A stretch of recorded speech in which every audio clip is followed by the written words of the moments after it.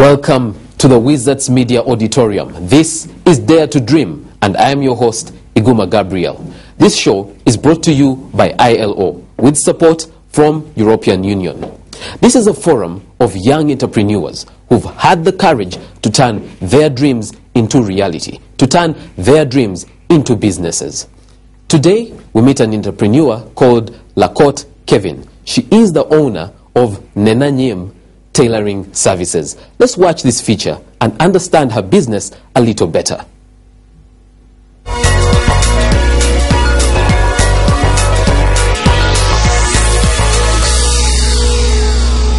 Lamour district is a district in northern Uganda. Like most other Ugandan districts, it's named after its chief town, Lamour, where the district headquarters are located. A hot, dry, sparsely populated savanna, the landscape is flat and the area is largely devoid of economic activities. The Lords-resistant army insurgency spilled over the entire Choli sub-region. Lamour, like other districts, was not spared the abductions, looting, killing and crimes against humanity. Padibe town in Lamour has a laid-back feel to it. Dull and dotted with a few brick houses and traditional huts, it is an IDP settlement struggling to make the transition to an urban center. The market day at the town council headquarters breathes some life to the otherwise lifeless town. It is here that Lakot Kevin, a young entrepreneur, treads her craft. Like many others, the war scarred Lakot. From the tender age of 11, she started fending for herself and her siblings when her father was abducted. However, these misfortunes did not dampen her zeal to succeed. She toughened up and took charge of her life.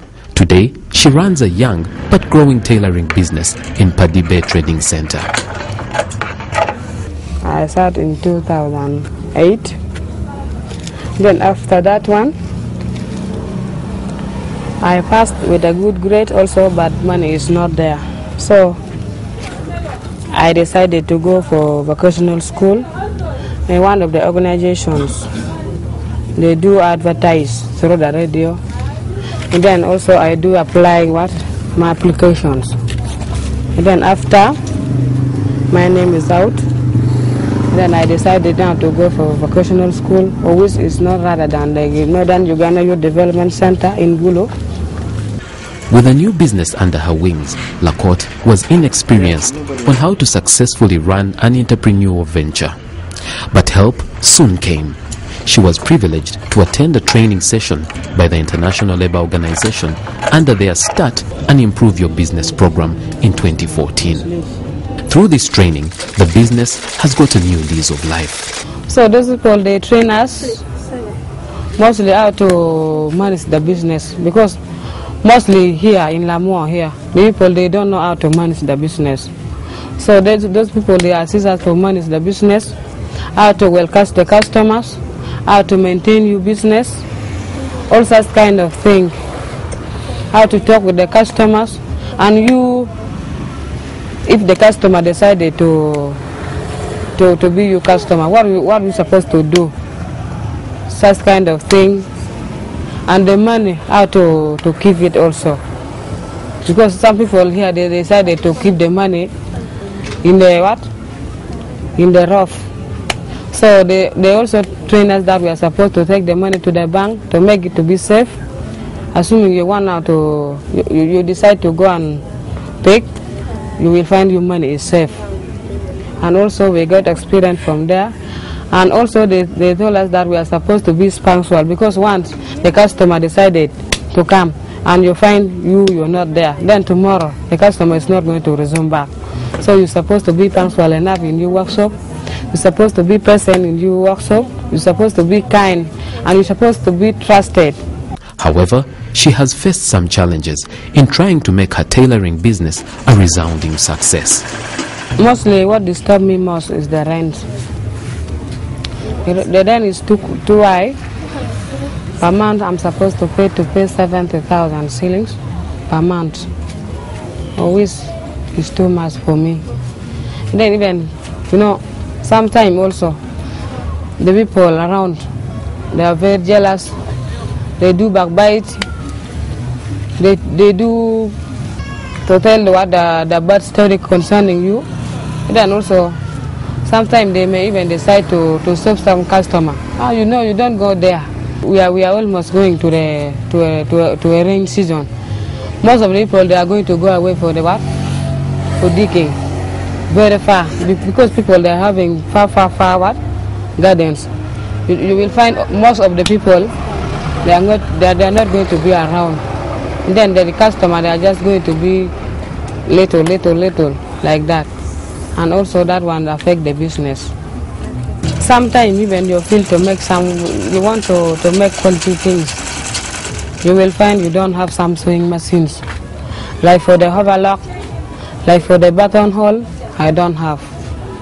So in my expectation, assuming to 5 years to come, I feel like to be with such kind of thing. At least to advertise my business, at least to encourage some people also to what? To come here according to the quality works.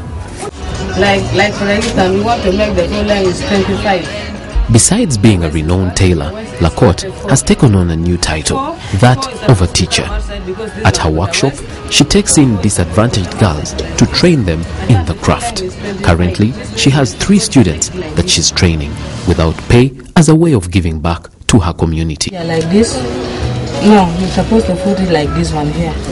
Kachkar madang ufonyo anangeo chedong abi yawo temo mamega kikoma mano alis na ngeo temone.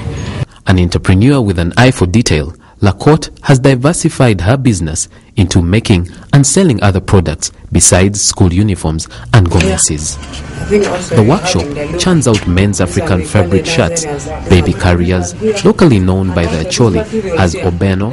She makes these with the aid of her students and employee.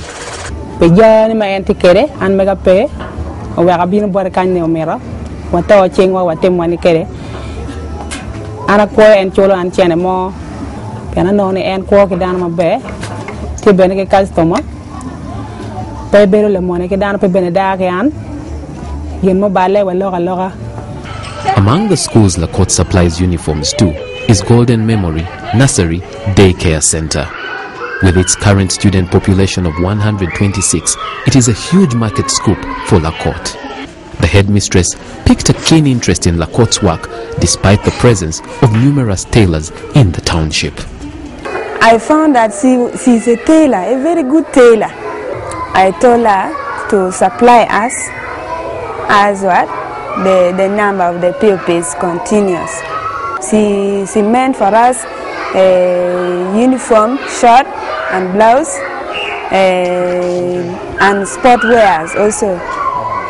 She meant for us the shorts, then also the t-shirts for the sport wear of the pupils. Lacote is a fighter.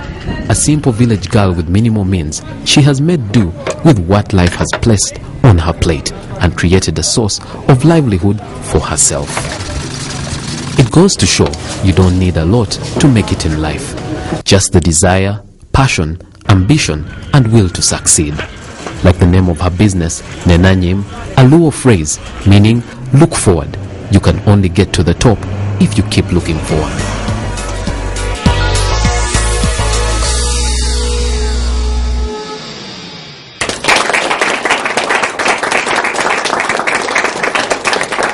Wow, it was very inspiring to watch that feature.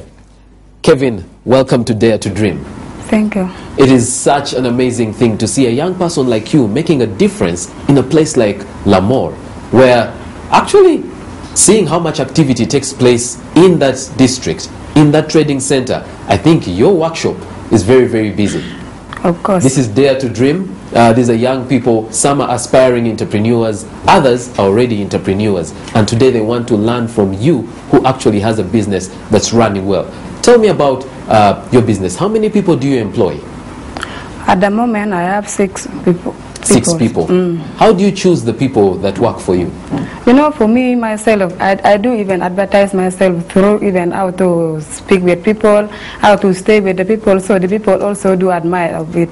So that is why those people, they are supposed to come next to me. Then I just do to, at least to train them also to be like me. Also, you don't look for them, they come to you. Yes, they may even decide to come themselves. All right, lucky you. Yes. All right, and how much do you pay them? For me, really, I'm emphasized according to their works, not even basically in monthly, not even per day, but according to their works.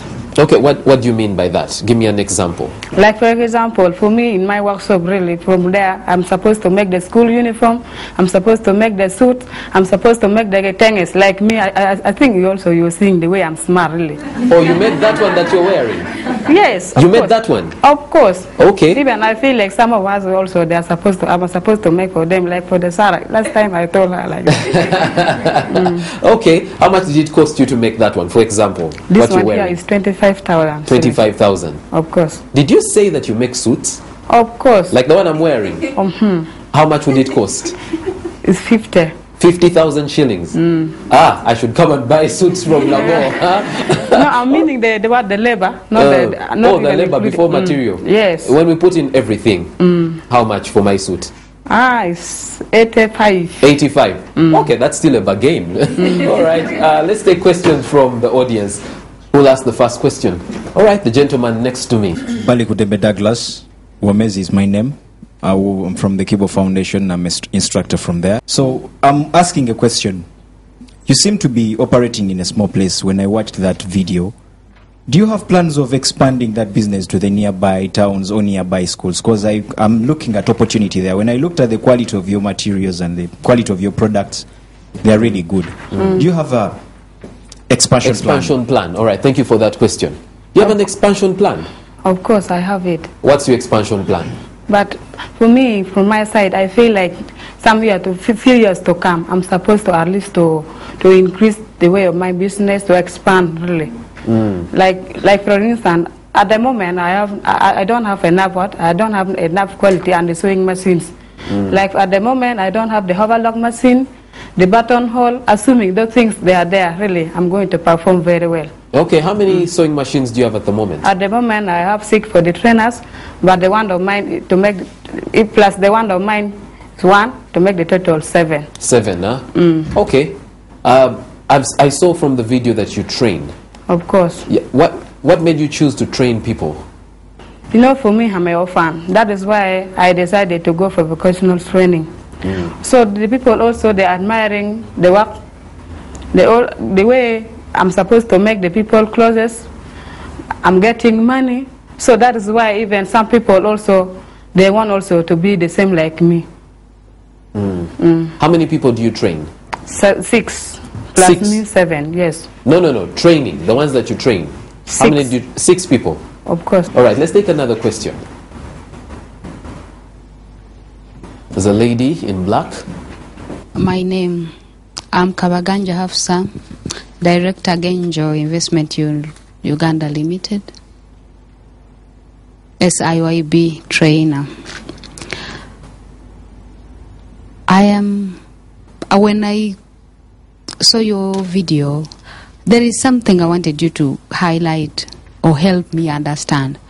How do you actually cost your products? How do you actually reach the final price that you give your product? For example, you said my suit will cost 85,000. How do you reach the price of 85,000? What would the 85,000 be for? Like for instance, from there also I really make the order. Like for the nursery, the people, most of the teachers, they decided to come to me that I'm supposed to make the order of the uniform. But one pair is 15,000. Even the sportswear also. So how do you come up with the figure 15,000? Why 15? Why not 20? Why not 12? Why 15? I'm supposed also to make the way the people earn money really. Okay, where do you get your materials from? Where do you get your materials from? I'm used to get from Lira. From Lira? So you travel all the way to Lira in order to buy materials? Of course. Okay, do you also sell materials? Yes. And which kind of people buy materials from you? My fellows. My fellows also. Some of them also, they are the tailors like me. So some people, they don't want to travel up to Lira. So I'm supposed also to bring, to bring them up to there. So those people, they are supposed to buy from me. Assuming the thing is finished, I'm supposed to resume back. Others, they are buying, others even also I'm making to my workshop. Okay. ILO, under its Start and Grow Your Business program, makes sure that young people can start their businesses and then grow them to maturity. They do that through trainers. And today, we have one trainer called Hasfa. Hasfa, please give us a tip before we go for the break. Okay, thank you so much. I was talking about costing. And costing is everything that we do in business to make sure that we reach the final price that we give our products or services. Every business has costs that we incur. And these costs, actually, we tailor them to the products or services that we are going to offer. For example, if you're going to buy maybe goods for your shop, we are talking about that money that you carry in your pocket to go into Chikubo or everywhere where you shop and you buy. So that is a cost that you have incurred. And what is costing? Costing is how to calculate the money that you use for making or selling your product. And we have two types of costs. We have direct costs and indirect costs. The direct costs are the costs that we incur or the money we spend when we are directly buying the material. For example, for La Cote, the direct material cost is that money that she spends to buy the chitenji to bring into her shop. That is the direct money she used to buy the chitenji. And the indirect cost in this case is the money she used for transport to take her to Gulu or Lira or to come to Kampala to buy the chitenji to bring to her shop.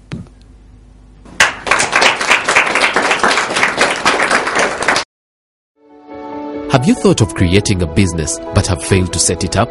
Or have you set up one that is still struggling?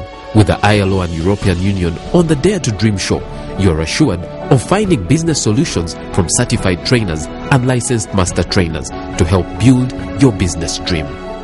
This business information can also be got from different ILO resource manuals that have topics such as Generate Your Business Idea, Start Your Business Manual, Marketing, People and Productivity, Costing, Record Keeping, and many others. Watch Dare to Dream to make your dreams come true.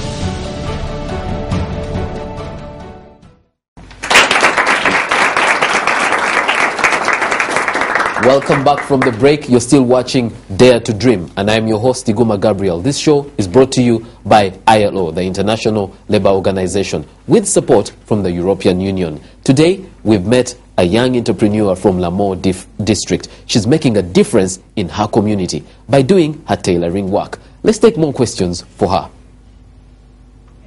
I have a gentleman at the back. Thank you very much. My name is Olel Eme Wakorach, the director and founder of Gulu Peace Guardian Project. My dear sister Lakot, my question to you is, many people who are wealthy say that wealth must be protected. And personally, I've worked in a family business shop that deals in clothes. How do you keep your things from being stolen by the customers? You know, for me, what I'm supposed to do, I'm supposed also to be trusted. And also, those people also, they are supposed to be trusted. Because once you are not trusted, even really running the business is not something easy. So they are also supposed to be trusted enough. I'm selecting them. Assuming you are not trusted, I'm not going to allow you to stay in my workshop. Right. Okay, let's take another question. I have a lady in red. Yes, Tracy from Kibo Foundation, and my question is, How do you upgrade that particular skill that has made your livelihood today what it is? For me, really, as what I do get experience from my fellows also. From other tailors? You visit their workshops? Yes, I'm visiting their workshop. I'm also asking them the importance of what? Of being a tailor. So those people also, they're advertising me. People who compete with you are advertising you? Or advising you? Yeah, advising me, I think. Okay. All right. What have been some of the benefits, or what have you achieved as a result of taking on this particular trade? Thank you for the question, really. For me, you know, I'm a fan. Even I'm the child-aided. Life, really, from my side, I feel like it's now okay. Because I'm getting money, I'm also supporting our kids, and the rest of it, I'm able to pay the school fees. I'm able also to buy the clothes. So that one is now the benefit. The children you're paying school fees for, are they your children or are they your brothers and sisters? My brothers and sisters. How many are they? There are 7. 7. You pay for all of them? Yes. Wow. All right. When did you start your business? In 2011. And what are some of the challenges? You know, from our side there, really the people, they do compete. So some challenges, they are what? The rent, the price fluctuations. How much do you pay in rent? 70 per month. 70,000 per month? Per month, really. Okay. All right. Let's take another question. Hello, my name is Patricia. How do you balance having your business, your tailoring business, as well as the farm? Thank you for the questions. Assuming I'm been saying that I'm also a tailor, I'm also a farmer. Some part of the money I decided to pick, and people, they are supposed to assist me. Meanwhile, I'm supposed to manage the business. Oh, so you also have people that dig for you? Of course. Right. Let's take another question. Hello, I'm called Karen Rose from Kibo. My question is, most businesses, the small businesses that we start, die with us. Do you have any plan to see that the family continues with what you're already doing? For me, I think the business is going to expand really, because I'm progressing time and again. And if you're not there, who will take up the business? Who will continue the business? My brother. Your brother, have you trained him?